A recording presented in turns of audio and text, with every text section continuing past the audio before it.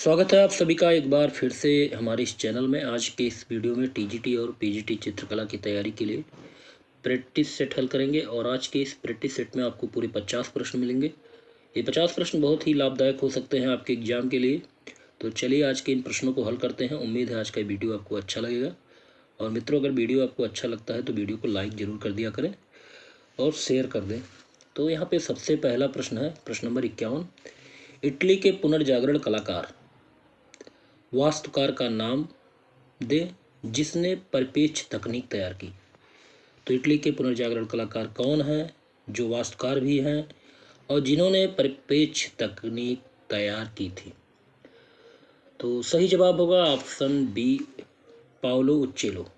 तो इटली के पुनर्जागरण कलाकार पाओलो उच्चेलो को परिपेक्ष का आविष्कारक कहा जाता है।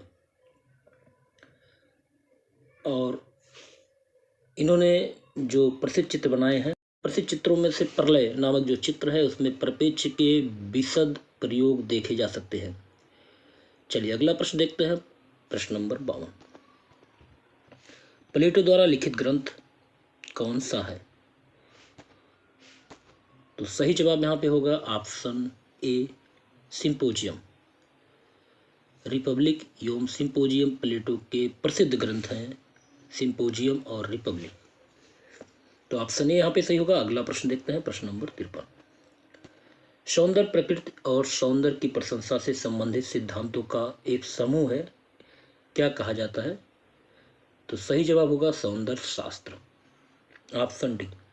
तो सौंदर्य प्रकृति और सौंदर्य की प्रशंसा से संबंधित को सौंदर्य शास्त्र कहते हैं। अगला प्रश्न देखते हैं, प्रश्न नंबर 54।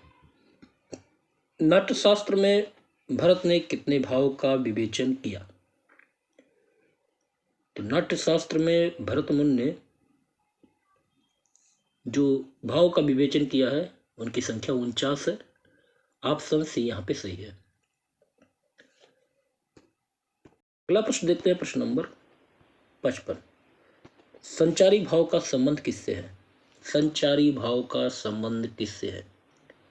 सही जवाब होगा ऑप्शन बी, 33। संचारी भाव है उसका संबंध रस से है। तो रस में संचारी भाव की संख्या 33 होती है। अगला प्रश्न देखते हैं, प्रश्न नंबर 56। भारतीय चित्रकला के षष्टांग का सही अनुक्रम क्या है?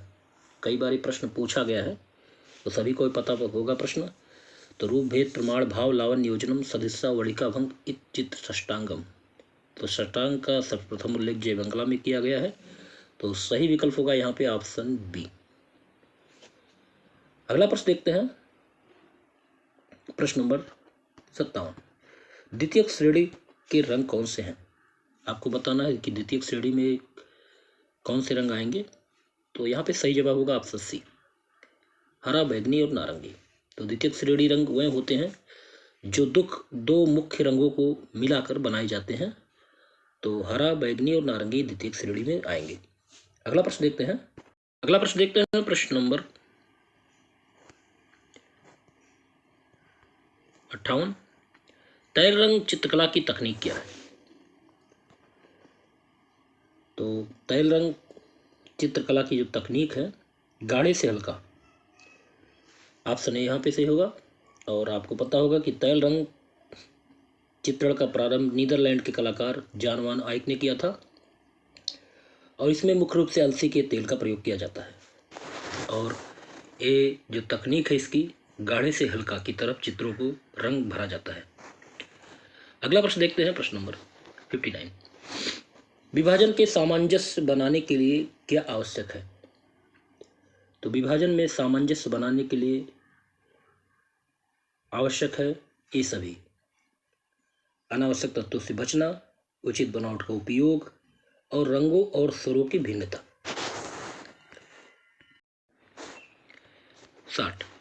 निम्नलिखित में से प्राथमिक रंग कौन सा है? प्राथमिक रंग कौन सा है? प्राथमिक रंग वह रंग होते हैं जिनका मिश्रण हम किसी भी दो रंगों को मिलाकर नहीं कर सकते हैं, और जिनका मिश्रण मिलाकर कोई दूसरा रंग बनाते हैं वो द्वितीयक रंग कहलाएंगे। रंग की श्रेणी में आएगा ऑप्शन बी, लाल, पीला और नीला। अगला प्रश्न देखते हैं, एक ब्राइड की मूर्ति किसने बनाई? तो एग्ब्राइट नामक मूर्ति की मूर्तिकार है प्रदोष दास गुप्ता। ऑप्शन बी यहाँ पे सही होगा, प्रदोष दास गुप्ता। देखते हैं वास्तु अभिकल्पन के लिए कौन प्रसिद्ध है। वास्तु अभिकल्पन के लिए कौन प्रसिद्ध है। सही जवाब होगा यहाँ पे ऑप्शन बी सतीश गुजराल। अगला प्रश्न देखते हैं, प्रश्न नंबर 63। निम्नलिखित में से किसने चित्र तांत्रिक भाव के हैं।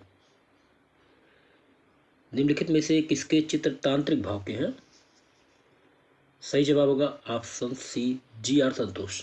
इनका पूरा नाम गुलाम रसूल संतोष, तांत्रिक चित्रकार के रूप में इनको जाना जाता है। अगला प्रश्न देखते हैं, प्रश्न नंबर 64। सर्वरी राय चौधरी निम्नलिखित में से किसके छात्र थे। तो सर्वरी राय चौधरी ये जो छात्र थे प्रदोष दास गुप्ता के। ऑप्शन सी यहाँ पे सही होगा। अगला प्रश्न देखते हैं, प्रश्न नंबर 65। जामिनी राय ने किस शैली से प्रेरणा ली। सही जवाब यहाँ पे होगा ऑप्शन बी कालीघाट। तो जामिनी राय ने कालीघाट पट शैली से प्रेरणा ली थी। अगला प्रश्न देखते हैं, प्रश्न नंबर 66। किसने पेंट किया था लैंप और लकड़ी के बीच। तो लैंप और लकड़ी के बीच रहस्यमय अंकन को दर्शाया था एम.एफ. हुसैन ने। ऑप्शन डी यहाँ पे सही होगा। अगला प्रश्न देखते हैं, प्रश्न नंबर 67। प्रगतिशील समूह की स्थापना हुई थी। प्रगतिशील समूह की स्थापना मुंबई में हुई थी। ऑप्शन सी यहाँ पे सही होगा। और 1947 में एम.एफ. सूजा ने इस ग्रुप की स्थापना की थी 1947 में। अगला प्रश्न देखते हैं, प्रश्न नंबर 68। प्रसिद्ध कवि रविन्द्रनाथ टैगोर ने अपनी उम्र के 17वें पड़ाव पर आकर किसे अपनाया। तो रविन्द्रनाथ टैगोर ने अपनी उम्र के 17वें पड़ाव पर आकर चित्रकारी को अपनाया था। ऑप्शन यहाँ पे सही होगा डी। और इनको 1913 में साहित्य क्षेत्र में नोबेल पुरस्कार मिला था गीतांजलि पे। अगला प्रश्न देखते हैं, प्रश्न नंबर 69। प्रोफेसर मदन लाल नागर कौन थे। तो प्रोफेसर मदन लाल नागर एक प्रसिद्ध चित्रकार थे। ऑप्शन ए यहाँ पे सही होगा। अगला प्रश्न देखते हैं, एम.एफ. हुसैन का निधन कहाँ पर हुआ था। एम.एफ. हुसैन का निधन हुआ था लंदन में। ऑप्शन ए यहाँ पे सही होगा लंदन। और इनकी मृत्यु हुई थी जून 2011 में। अगला प्रश्न देखते हैं, कलात्मक चलचित्र गजगामनी के रचयिता कौन थे। कलात्मक चलचित्र गजगामनी के रचयिता एम.एफ. हुसैन थे। ऑप्शन सी यहाँ पे सही होगा। आगे प्रश्न देखते हैं, प्रश्न नंबर 72। हिमालय पर्वत के चित्रों के लिए कौन प्रसिद्ध है। सही जवाब यहाँ पे होगा ऑप्शन बी निकोलस रोरिक। अगला प्रश्न देखते हैं, प्रसिद्ध समकालीन चित्रकार कलाकार अमित अंबालाल कहाँ से संबंधित है। सही जवाब होगा ऑप्शन डी अहमदाबाद। तो प्रसिद्ध समकालीन कलाकार अमित अंबालाल अहमदाबाद के हैं। अगला प्रश्न देखते हैं, वह चित्र से संबंधित कौन है। तो सही जवाब होगा ऑप्शन ए बद्रीनाथ आर्य। अगला प्रश्न देखते हैं, अकादमिक शैली का चित्रकार कौन था। सही जवाब होगा ऑप्शन बी सुखवीर सिंघल। सुखवीर सिंघल अकादमिक शैली के चित्रकार थे। अगला प्रश्न देखते हैं, भारत में कलर विस्कोसिटी को प्रचलित किया। तो भारत में कलर विस्कोसिटी को कृष्ण रेड्डी ने प्रचलित किया। ऑप्शन सी यहाँ पे सही होगा कृष्ण रेड्डी। अगला प्रश्न देखते हैं। निम्नलिखित को सुमेलित करना है। धीमान, नग्नजीत, खापुरी, खुर। तो धीमान पेंटिंग से संबंधित है। नग्नजीत ने चित्रसूत की रचना की है। खापुरी लिंगराज मंदिर से संबंधित है और खुर जगती से संबंधित है। अगला प्रश्न देखते हैं। प्रश्न नंबर 78। निम्नलिखित में से कौन सा समूह सबसे पहला कलाकार समूह है? तो सही जवाब होगा ऑप्शन डी, कलकत्ता समूह। कलकत्ता समूह की स्थापना 1843 में हुई थी और इसकी स्थापना मूर्तिकार प्रदोषदास गुप्ता ने की थी। अगला प्रश्न देखते हैं। शांति निकेतन में हिंदी भवन में प्रसिद्ध भित्ति चित्र मध्ययुगीन संत को किसने चित्रित किया? तो मध्ययुगीन संत का चित्रण विनोद बिहारी मुखर्जी ने किया था। ऑप्शन बी यहाँ पे सही होगा, विनोद बिहारी मुखर्जी। अगला प्रश्न है। कलाकारों के संरक्षण का समय बीत चुका है, अब उन्हें अपने आप को प्रतिष्ठित करना चाहिए। यह वाक्य किसने कहा था? कलाकारों के संरक्षण का समय बीत चुका है और अब उन्हें अपने आप को प्रतिष्ठित करना चाहिए। ये कथन है के हैबर का। ऑप्शन बी यहाँ पे सही होगा, के हैबर। अगला प्रश्न है। हिंदी भवन में एक भित्ति चित्र मध्यकालीन संतों का जीवन इनमें से किसने बनाया? तो हिंदी भवन में भित्ति चित्र मध्यकालीन संतों का जीवन का चित्रण किया है विनोद बिहारी मुखर्जी ने। ऑप्शन डी यहाँ पे सही होगा। अगला प्रश्न है। कलाकार कृष्ण कंवल कृष्ण किस तकनीक के लिए प्रख्यात हैं? तो प्रख्यात कलाकार कंवल कृष्ण का तकनीक जो माध्यम है कोलाज प्रिंट। ऑप्शन सी सही होगा, कोलाज प्रिंट। अगला प्रश्न है। नई दिल्ली में ललित कला की स्थापना किस वर्ष हुई? नई दिल्ली में ललित कला की स्थापना हुई थी 1954 ईस्वी में। अगला प्रश्न देखते हैं। पुस्तक प्रेजेंस ऑफ शिवा किसने लिखी? सही जवाब होगा यहाँ पे स्टेला कैम्ब्रिज। स्टेला कैम्ब्रिज एक कला इतिहासकार है, इन्होंने ये पुस्तक लिखी है प्रेजेंस ऑफ शिवा। अगला प्रश्न है। नियो बंगाल स्कूल की स्थापना किसने की?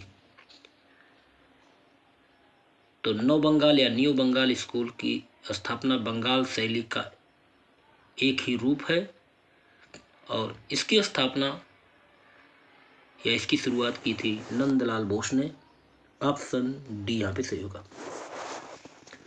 अगला प्रश्न देखते हैं। प्रश्न नंबर 86। कलकत्ता आर्ट विद्यालय के प्राचार्य कौन थे? तो कलकत्ता आर्ट विद्यालय के प्राचार्य थे E.V. हैवेल।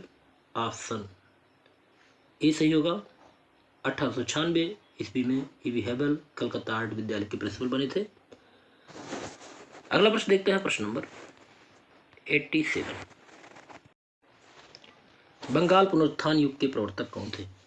बंगाल पुनरुत्थान युग के प्रवर्तक कहा जाता है अविंद्रनाथ ठाकुर को और इनके गुरु का नाम था गिल्हार्डी।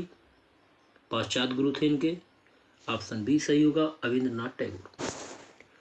अगला प्रश्न देखते हैं। प्रश्न नंबर 88। कांगड़ा चित्रकला का दूसरा नाम क्या है? कांगड़ा चित्रकला का दूसरा नाम पहाड़ी चित्रकला। ऑप्शन सी यहाँ पे सही होगा। अगला प्रश्न है। प्रकृति चित्रण को किस शैली के चित्रों में महत्व मिला? तो प्रकृति चित्रण को पहाड़ी शैली में महत्व मिला। अगला प्रश्न देखते हैं। प्रश्न नंबर 90। कुल्लू स्कूल का प्रसिद्ध चित्रकार कौन था? कुल्लू शैली या कुल्लू स्कूल के प्रसिद्ध चित्रकार सज्जन और भगवान थे। ऑप्शन ए सही होगा और कुल्लू शैली को सर्वप्रथम प्रकाश मिला निकसरे जेसी फ्रेंच को है। अगला प्रश्न है। राजस्थान के किस क्षेत्र की कला शैली पर जहांगीर एवं शाहजहां कालीन मुगल प्रभाव दिखाई देता है? सही जवाब होगा ऑप्शन डी, जयपुर। तो राजस्थान की जयपुर क्षेत्र की कला शैली जहांगीर एवं शाहजहां कालीन मुगल प्रभाव दिखाई देता है। अगला प्रश्न है, भगवान की लीलाओं से संबंधित किस भगवान के चित्र राजस्थानी कला में अधिक बने? सही जवाब होगा ऑप्शन बी, कृष्ण।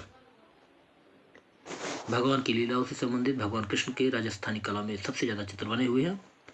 अगला प्रश्न है, राग रागनियों का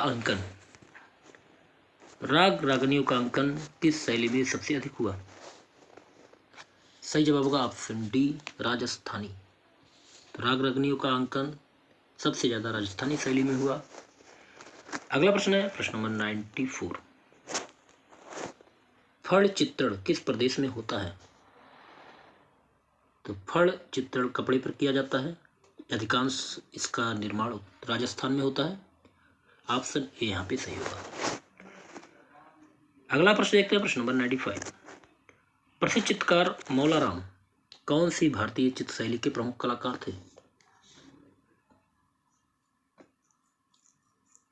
तो प्रसिद्ध चित्रकार कलाकार मौलाराम, जिन्होंने गोवर्धन धारण एक प्रसिद्ध चित्र बनाया था, वो थे गढ़वाल शैली के प्रमुख चित्रकार।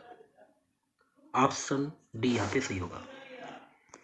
अगला प्रश्न है, प्रसिद्ध किशनगढ़ चित्र राधा रानी बनी ठनी को किसने चित्रित किया? सही जवाब होगा ऑप्शन बी, निहाल चंद ने। अगला प्रश्न है, प्रसिद्ध राजस्थानी चित्र लघु चित्र कृष्ण झूले पर को किसने चित्रित किया? तो प्रसिद्ध राजस्थानी लघु चित्र कृष्ण झूले पर कलाकार नूरुद्दीन ने चित्रित किया था। ऑप्शन ए सही होगा, नूरुद्दीन। अगला प्रश्न देखते हैं, कंपनी स्कूल के चित्रकार सेवकराम का चित्रकारी का विषय क्या था? सही जवाब होगा यहाँ पे ऑप्शन सी, कंपनी शैली के चित्रकार सेवकराम के चित्रकारी का विषय त्योहार और समारोह था। और अगला प्रश्न देखते हैं, हाँ, कंपनी शैली के कुछ चित्रकार का नाम जान लीजिए। झुनकलाल, फकीरचंद, शिवलाल, मुकुंदलाल, बंसीलाल, ईश्वरी प्रसाद, ये सब कंपनी शैली के प्रमुख चित्रकार थे। अगला प्रश्न है, मुगल चित्रों में सर्वप्रथम या सर्वश्रेष्ठ छवि किसके समय की है?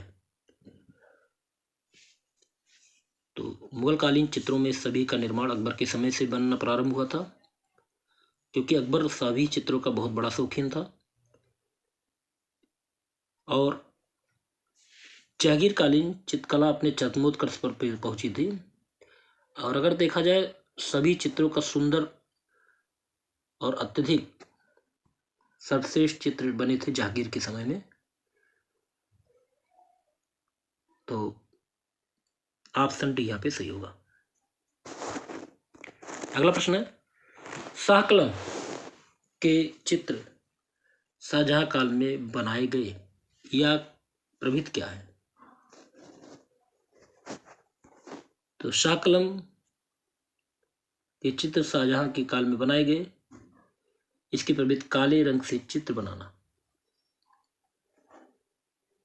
शाहकलम का अर्थ होता है काले रंग से चित्र बनाना। ऑप्शन ए यहाँ पे सही होगा, काले रंग से चित्र बनाना। तो यहाँ पे आपके 50 प्रश्न पूरे होते हैं। और मित्रों, अगर आपको ये वीडियो अच्छा लगा हो तो वीडियो को लाइक कर दिया करें और शेयर कर दें। और आपकी परीक्षा अप्रैल में निश्चित कर दी गई है, इसलिए आप प्रतिदिन प्रैक्टिस सेट जरूर हल करें। और आपको 125 प्रश्नों के प्रैक्टिस सेट भी इस चैनल पर मिल जाएंगे। और अगर किसी भी प्रश्न में आपको डाउट हो तो प्रश्नों को जरूर कमेंट बॉक्स पर जरूर डाल दें, जिससे उस प्रश्नों का सुधार किया जा सके। अगले वीडियो में फिर ऐसे ही प्रैक्टिस सेट के साथ मिलते हैं। नमस्कार।